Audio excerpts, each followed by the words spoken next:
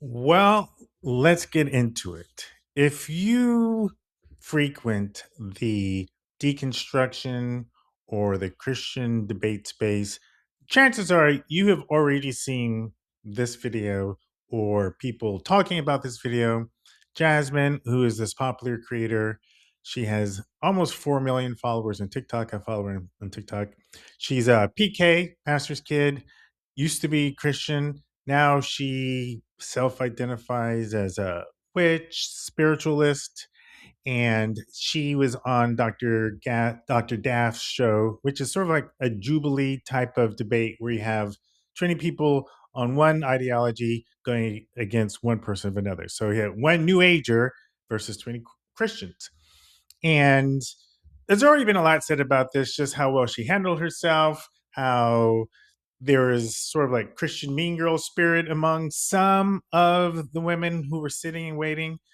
And the idea that all of these women who were having this conversation with Jasmine were really surprised, one, how much she knew about the Bible, and also how honestly it really I hesitate to use the term brainwashing, but indoctrination I think really fits. And hey, I used to be there, so it's no judgment. But I want to focus on three things that were used in these conversations with these women that kind of speaks to this issue that I'm talking about.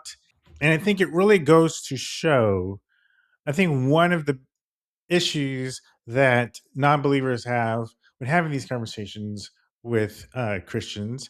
And if you're a Christian out there, and if you're at all interested in, spreading the good news, I think this is information that would be good for you to know. Before I get into the clip, I think one of the things that really stands out is how often they quote scripture in order to make a point.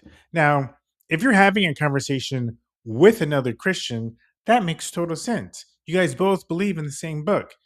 But the amount of times I see Christians quote scripture when they are debating with people who aren't Christians, it kind of like boggles my mind. Whenever I'm on the Christianity subreddit and I'm saying something or I'm posting something that a lot of them disagree with, they'll quote some verse, like something from Romans or something from Leviticus. And oftentimes they'll just quote the verse or they'll make some argument and then they'll use their verse to back up their argument. And whenever that happens, I will quote some famous quote from a book.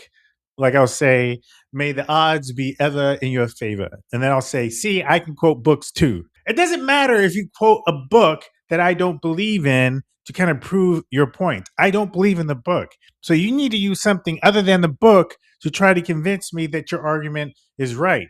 Now, if we are debating about some type of interpretation or we're debating about a specific verse, that's one thing. But if we're talking about general topics like morality, things of that nature, then it does no good for you to quote to me what God says about morality because I obviously don't believe in your God.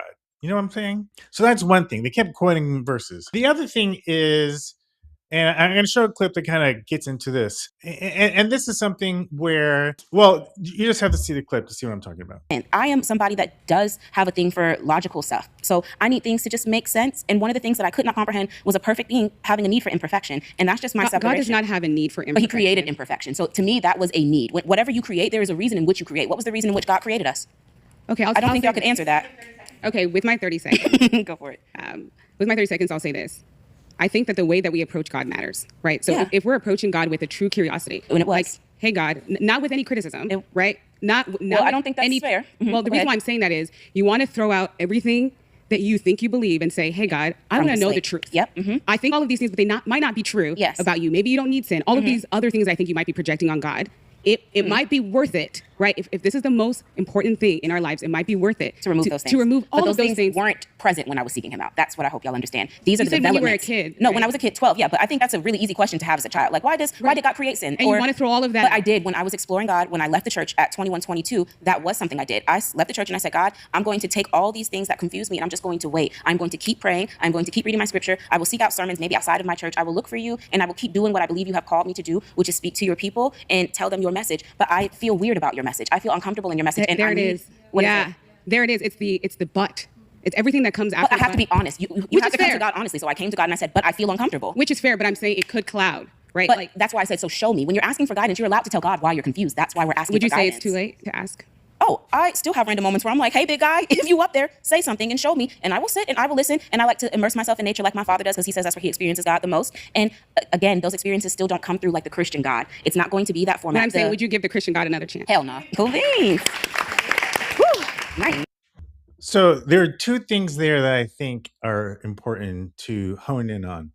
One, she kind of suggested that Jasmine didn't really seek with all earnesty. Like if you essentially, if you really did try, if you tried hard enough, and Jasmine kind of caught her on it. And this is something that I get a lot from Christians on the subreddit, Christianity subreddit, on TikTok, whatever, where when they're engaging with an ex-Christian, and I was a Christian for damn near 40 years, if you include all the time from when I was a kid to my adult years.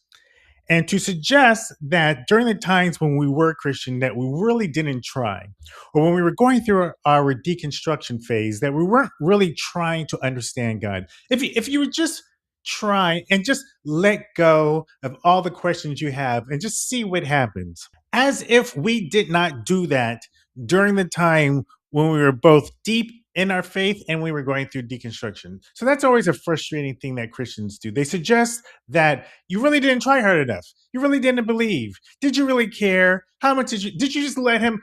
It's like they want you to ask questions, and they say it's okay if you ask questions so long as the answer you come to is the right answer and comes back to whatever it is they believe you should believe. And then the other thing about just letting go. Did you just let go? And that, to me, that kind of feels like turn off your brain. Just turn off your brain and don't ask the questions. Just turn off your brain and see what happens. See what can be poured into your empty brain. And she's saying, at 12 years old, we could not do that. These are questions that we have. And honestly, now at 40 plus, 50 plus, whatever age you are, if you're no longer in the church or if you're an atheist or whatever, you're going to have those questions. And it's silly to ask someone to turn off their brain or just to let it go with the expectation that if they do that, then they will understand God. That is the best way to do it. And that says a lot. If the best way to come to belief is to turn off your brain. So this next clip I want to show, Jasmine had a follow up with some of the with a couple of the women. And I think she did some additional ones where she did a TikTok live and where she could go deeper with some of the women who she came across in the debate. And here's one where she's talking to two of the more, I would call, indoctrinated ones, and with regards to the experience that she had with them. And I want you to again hear what this woman says with regards to, and they're talking about Adam and Eve and the eating of uh, the fruit of the tree of the knowledge of good and evil. And before I show the clip, one of my own personal frustrations, whenever I hear people get into debates about this topic, is the idea that when you're coming at it with the idea or mindset that this should actually happen. It did not happen. And I would argue, even in the context of the religion itself, this story is not meant to be taken literally. From my understanding, the story was told or created originally in the post-exilic age where Israel has been exiled. And you can very well see this as an analogy or a metaphor, of Adam and Eve being kicked out the garden, of Israel being kicked, the Hebrews being kicked out of Israel for disobeying God. Once you start looking at it from that mindset and the whole snake thing just being a way to explain why snakes don't have legs, it becomes a completely different conversation. And a lot of the different debates that come up around this would not come up. The concept of the devil did not even exist in the Hebrew scriptures the way so many Christians think of it. And the snake definitely was not the devil in the context of the story. As I always like to say, if the snake was supposed to be the devil, how come God only refers to him as a serpent? This is supposed to be, this used to be God's number one man, supposedly. He was Lucifer. He has a name. He was a fallen angel. If God really knows that this is that dude, how come he only ever refers to him as the serpent? So that is an issue. Also, why would God curse snakes if he really knew this was a serpent? It's like, what do the snakes do? Some dude dresses up as a snake, turns himself into a snake, and God curses snakes for what this. So, like, even in the context of the story, it makes zero sense that this is supposed to be the devil. Put that aside. Let's go with the snake being the devil. This is a conversation that they're having now about if Adam and Eve hadn't eaten of the tree of knowledge of good and evil, how do they even know what they're doing is bad? They don't know good versus evil. And these women are suggesting that intuitively they knew that. Well, if intuitively they knew that, why would God care whether or not they ate of the tree of knowledge of good and evil? And this particular point, you're starting to talk about the consequence that befell Adam and Eve for leaving the garden. Again, if you really saw this as a metaphor for Israel, then you wouldn't have this issue. You could see, oh, Adam and Eve. Adam means man, so that even makes it more sense that this is just a metaphor for the Hebrews being kicked out of Israel. But again, if you're coming at it as if this really happened and them doing this, they were cursed and all of mankind becomes cursed because they did this. They're having this conversation like, did Adam and Eve actually know what the consequence, the severity of the consequence based on just God saying you will surely die? Again, Jasmine made the point they had never seen death supposedly. So how would they really know the consequence of death? And so here's the conversation that comes up after that. What was the reason? Not just for the tree, but for Satan, because God is this all-knowing being, right? We were talking about love at the beginning, and I've been thinking about that since you said it. God is this all-knowing, all-powerful, everywhere being, right? Omniscient, omnipresent, omnipotent. So I'm thinking with the ability to love at the magnitude greater than I, with the love that I would have never created that tree in the Garden of Eden because I don't feel that there was a need. Because if the goal is for them to be in fellowship with me, then I'm just going to have them in fellowship with me. Because if you are going to smite and kill and burn in hell everybody that does not choose you for not having chose you, even the people that the word never made it to the four corners of the earth for them to have even known God, they're going to burn in hell. Then that's not what the Bible teaches. No, it doesn't teach that. Acts 17 verses 26 and 27 says that God has created from one man every nation and given them their pre-appointed boundaries, times, and dwelling places with the hopes that they would grow for him, though he is not far from any one of them. That's if we're going to stick to scripture, we have to interpret it with scripture. And essentially it's saying that God knew that somebody would be born in India. God knew somebody would be born 1,500 years ago, but he's not far from any one of them. Obviously God has appeared to people even in scripture through dreams, through visions. He's appeared through people. That the gods that they serve in India and other places, that is not how God appeared to them then. If God can make his stuff known, if somebody comes in my likeness, I think it's important, Jasmine, because you don't hold scripture to be authoritative, and you want to infer it through your philosophical perspective. That we stick to the prompt, which is freedom of will, and respectfully, like I just don't like debating scripture with people who don't believe in my Bible. So we can put that on. I want to make something. This actually isn't the point that I was going to bring up earlier. We're getting to the point. As you can see, it takes a while to get there. But this idea that she doesn't want to debate people who don't believe in her scripture, again, is a problem. If you don't have the interpretation of scripture that I have, then I don't want to talk to you about scripture. Then how are you going to have conversations with people who don't believe? How are you going to lead people to your faith if you are talking to someone who's not a believer? They obviously don't believe in your scripture. They may have done some type of studying that leads them to believe one thing, like me, for instance, with regards to what the story really represents. And if you're coming at it, well, if you don't agree with how I interpret scripture, then I don't want to debate you, then you have no business trying to spread the gospel. Just saying.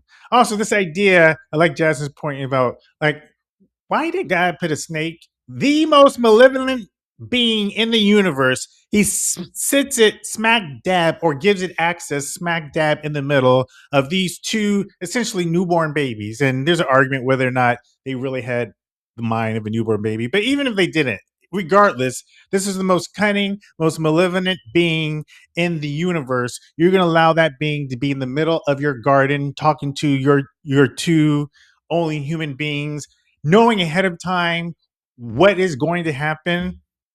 Again, that is not the action of an all-knowing, all-loving being. Like, you do not put your child in the middle of a room with a giant red button that every child is going to want to hit, especially if it says, like, don't push.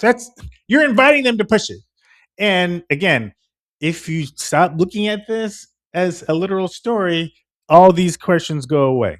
All right, let's go back on the table for now because we only have 10 minutes left. But I did want to say to the point of why did God put the tree in the garden? God put the tree in the garden because the tree in the garden is an extension of Adam and Eve's autonomy. It is their ability to function as moral agents. It's the same reason he created Satan. He didn't create evil.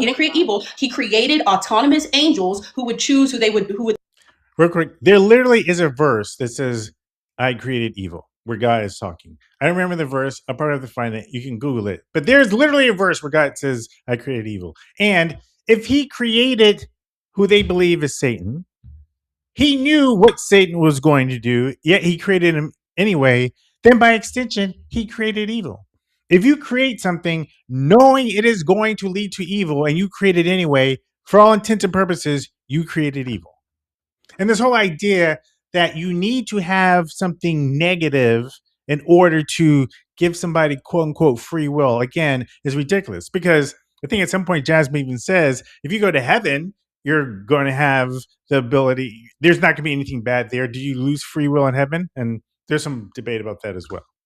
Who they would serve. The end goal, yes, is fellowship, but it's not inauthentic fellowship. It's not fellowship that has already been pre-constructed and preordained, and the outcome is this one worldview. In order to have freedom, there needs to be two different worldviews for somebody to choose from. We've already demonstrated that Eve knew enough to even change the command that God gave to her or Adam. That makes no sense. You do not need two different worldviews for somebody to have freedom to do something.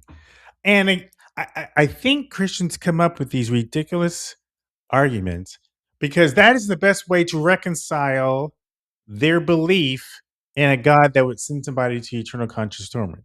That in order for a free will to be free, you need to have an option to do something that's completely opposite to what God would want. No, you don't. No, you don't. Again, if you believe there's free will in heaven, then assuming there's no evil things in heaven, when you go to heaven, that's not going to be an issue. There's no need for there to be a complete antithesis to what God would want in order for someone to have the ability to move around, to eat whatever you have. Like she said, you have all these other trees in the garden. They have the free will to eat of any of those trees. There's no need to put in the garden something God specifically does not want them to eat. We've demonstrated that the garden is not a place where they were children or that they were infants or that where they did not have access to a God who knew everything. So therefore, they could have asked him if they were wondering what it meant to be like God or to be evil, what the difference between good and evil was. So there really is no excuse for their behavior. Unfortunately, they chose that out of rebellion, like Chanasa has stated. And so because they chose that out of rebellion, there are consequences. Autonomy comes with. I keep stopping it. Is there so many issues? They chose it out of rebellion. Christians who think like this love to use this term rebellion. Do you really think Adam and Eve were rebelling against God just because they wanted to eat a piece of fruit? Like they are elevating their desire to eat a piece of fruit that looks like it tasted good to like Katniss Evergreen and Hunger Games or something. Like it's so ridiculous the amount of dramatics they put around eating a piece of fruit under the circumstances in this particular situation to the level of they were rebelling against God. They didn't even know what they were doing was wrong. That's the point that Jasmine's trying to make. That's not rebelling. They weren't trying to raise up an army against God by eating a piece of fruit. Consequences. If you choose to do something, there's a reaction to that reality. Does God want to be in relationship with all of us? Absolutely. But is his highest value relationship with people who are forced to choose him? Or is his highest value relationship with those that would choose him in spite of a different worldview, in spite of a different God, in spite of a serpent in the garden? I have to stop it again. This is another thing that I find frustrating. Is it really free will if the alternative to choosing God is eternal conscious torment? That's not free will. That's coercion. That's like someone holding a gun to your head. That's like someone saying, love me, or I'm going to pull the trigger. Love me, or I'm going to throw you in the basement furnace. That is not free will. And this idea that in order to have free will, you need to have the option to reject God. A truly free will situation would be you can reject God and not have any consequences for rejecting God. if there is a consequence for rejecting God, and they act like this consequence, and I'm gonna get to this point, they act like this consequence is like the consequence of jumping out of an airplane without a parachute. That's not the same thing as God making a conscious choice to throw you in a furnace if you don't love him. And they either don't know or ignore this distinction when it comes to this whole issue of free will. They may not have had a robust moral framework until they ate from the tree, but they had what was sufficient for them, which was intuition and instinct, and that is enough to navigate. I did want to go back because I wanted to hear. You said it would be better for you to have more knowledge about consequences, but I just want to know clearly: is it your position that you need to know the full range of consequences for justice to exist? Because I say that because I'm a previous prosecutor, and I just find that to be inconsistent with just the way the world works. Because if we had to measure out punishment based on what people knew and fully understood, then the justice system would be extant; it wouldn't exist. So there's a famous saying, and I'm not using this as in God's logic, but I'm just using kind of some carnal logic. It says ignorance of the law is no excuse. We don't have to know the full range of consequences to know that we're deviating from something that we were told not to do or that we shouldn't be doing. I personally feel like that is not a strong argument. I know obviously you disagree because we don't live like that in real life. And that's the point that she made that I wanted to address. This idea that ignorance of the law is no excuse. That only works in a situation where you have the ability to actually know the law. If I go to a foreign country and I break the law and I don't know the consequence of breaking that law, I am still responsible because I had an opportunity to actually know what the law of that country is. And if I chose not to know that, that is not an excuse for me to not suffer the consequences of breaking the law of that country. And so often Christians will use this as an example. Like, and I'm sure she would say, well, you do know the law. The law is the Bible. Of course, the difference there is I don't believe in the Bible. You have to establish that this is a law that is worth following and recognizing. So, regardless of whether or not someone has read the Bible, doesn't mean that they now truly understand the consequence, especially when there's so many people who also follow this Bible who disagree on that consequence. If I were to go to another country and everyone who lived in that country had a different interpretation of the laws of that country, so that anyone coming to that country would never really know, well, what is the right law? Like this person over here says the law is this, but this person over here says the exact same law is something else. That is what it's like when you're dealing with Christians.